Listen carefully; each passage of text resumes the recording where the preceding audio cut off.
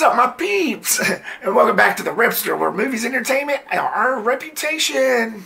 So Homefront was released in 2013, was directed by Gary Fleder, and it stars Jason Statham as Phil Broker, a former DEA agent who moves himself and his daughter to a small town in Louisiana to start a new life. Things turn for the worse, however, as he soon tangles with a local meth drug lord, in which he stops at nothing to protect his family and his home. As usual, let's get into the positives. So the story, it was a decent story. It's basically about this guy, this former DEA agent. After a raid goes horribly wrong at the beginning, he just wants a fresh start, a fresh lease on life, if you want to call it that, with his daughter. So 2 years pass, and that's what happens.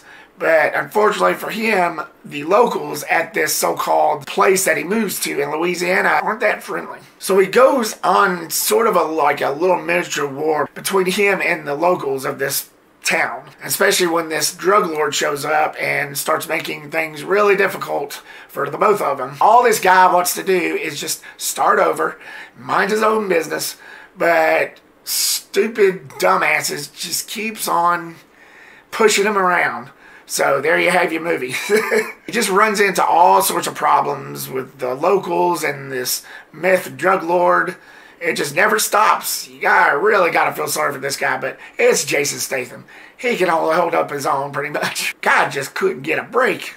This movie was decent. Homefront was a decent, well enough action film. I've seen better, but I've seen worse out of Statham. And believe me, I have seen worse out of him. Trust me. Let's get into the characters. I won't get into all of them, but the father-daughter dynamic, it really worked.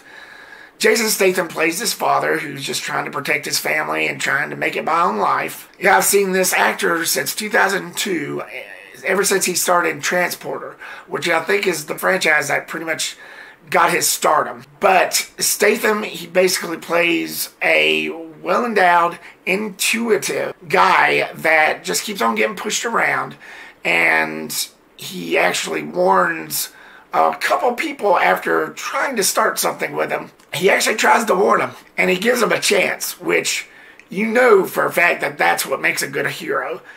You warn them, but if they're stupid, which he does run into a lot of stupid people in this, crap will go down.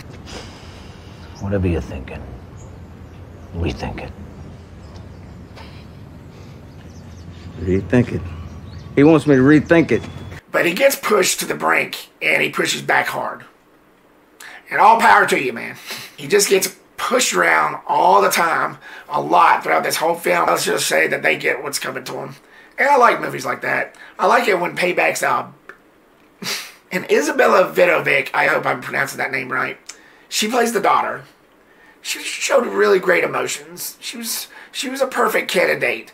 And you can tell that the filmmakers wrote her character in a way that you know that this girl, this character, was Statham's character's daughter.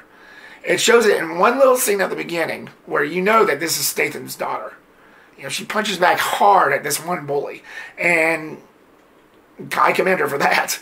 But as the movie goes on, she shows true emotions.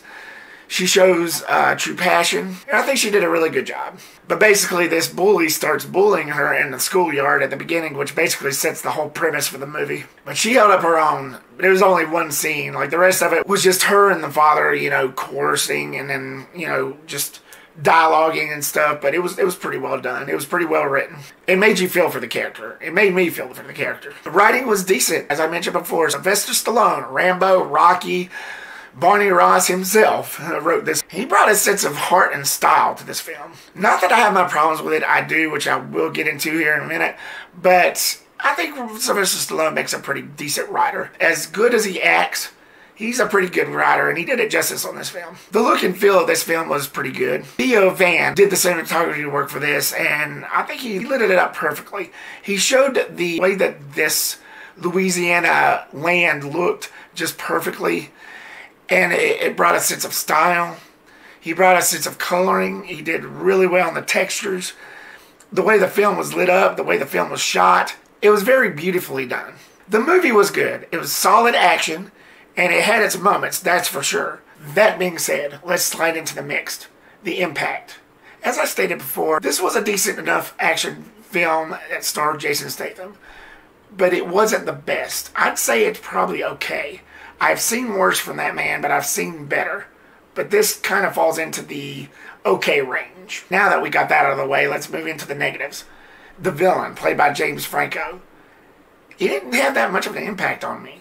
I didn't really feel that intimidated. He's basically the main drug lord of this film that creates all this chaos. Well, actually his sister. She's the one that sets everything in motion, but he's supposed to be like the main baddie of this film. But every time he shows up, he's not that intimidating. I much more liked him in the Spider-Man films, the one that starred Tobey Maguire.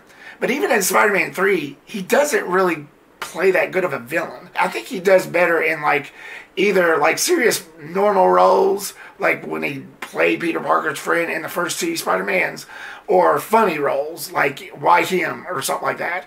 I think he should just stick with like comedy. But in this film, in Homefront, I just don't think he made that good of a villain. His name was Gator Bodine, what a name. But he basically just starts all this crap with Jason Statham's character, and, you know, at one point he kidnaps his daughter, but like it was like more towards the end. Don't mean to spoil anything for you, but I just don't find him that intimidating. I just don't know what else to say. I'll just leave it at that. Plus, there was certain action cuts that was a little bit too fast. They have pulled this so many times. Some of the action cuts were quick, and sometimes I couldn't really see what was going on. It didn't really happen throughout the whole film. The film was smart about kind of keeping a lid on that, but some scenes, with the action scenes, I guess you could say that they mostly happened at the beginning. So it wasn't the whole film that was tainted, but still, I'm going to put that as a negative because that's just not really good filmmaking to me. When you do an action scene, you got to see what's going on just a little bit, and you can't do that with a cut in every second to 2 seconds. For any Jason Statham fan, this film had its moments. Despite its flaws, Homefront is still a decent enough action flick that respectively puts Statham on the front line of action heroes. It's a sweet delight.